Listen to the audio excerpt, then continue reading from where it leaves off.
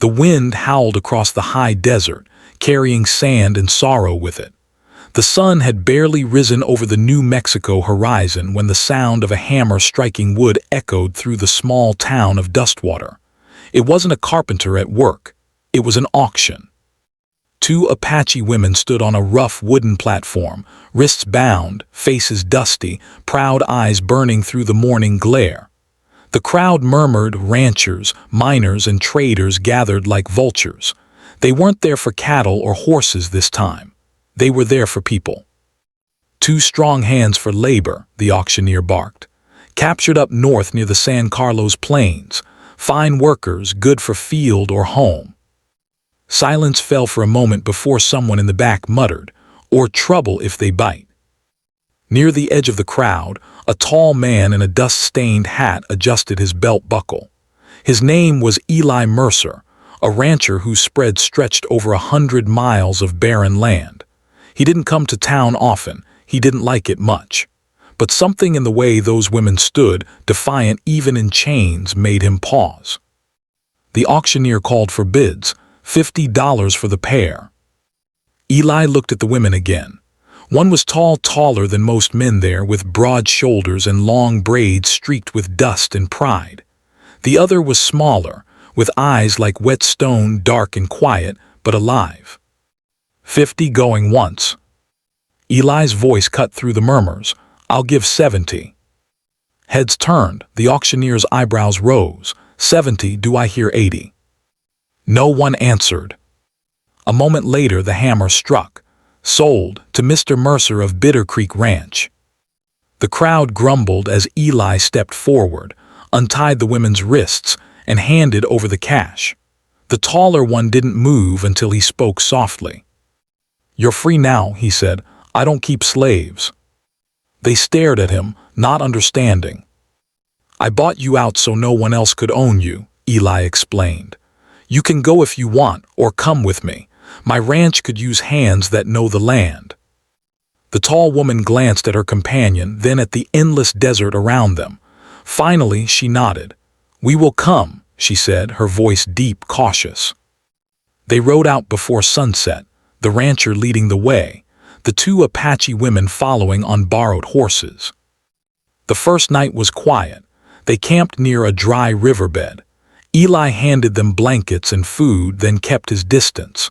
The smaller woman, whose name he learned was Naya, sat near the fire, eating slowly. The taller one introduced herself as Tassa, her English broken but strong. "You save us," Tassa said. "Why?" Eli poked at the fire. "Because no one else would." Naya tilted her head. "And now?" "Now," he said, "we try to live through the winter." Weeks passed. The ranch was rough, fences broken, cattle scattered, roof leaking. But Eli worked, and so did they. Tassa could lift hay bales like they were feathers. Naya was quieter but clever, fixing broken tools, mending leather, and cooking in the evenings. At first the townsfolk whispered, "That rancher's gone mad," they said. "Living with Apache women, he'll get himself scalped." But Eli didn't care.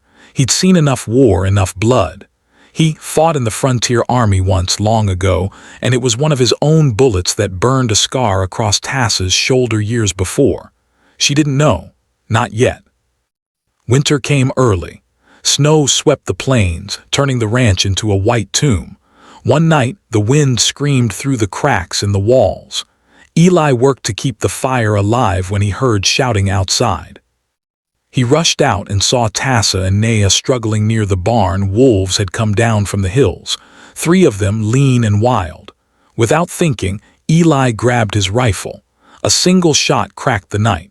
One wolf dropped. Tassa lunged at another with a pitchfork. Naya dragged Eli backward as a third beast tore toward them. Eli fired again, missed. Tassa swung, hitting the creature squarely in the jaw. Silence. They stood in the snow, breathing hard. Eli lowered his gun.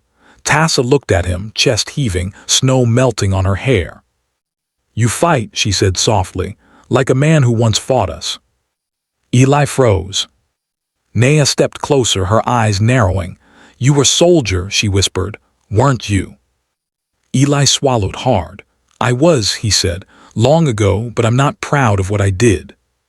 Tassa's jaw tightened. My village burned, I lost many. He nodded, so did I. The storm raged around them, but something inside shifted. A truth that could have turned to hatred instead became quiet understanding. Days turned to weeks. The snow began to melt. Life returned to Bitter Creek Ranch. The women stayed not as servants but as partners.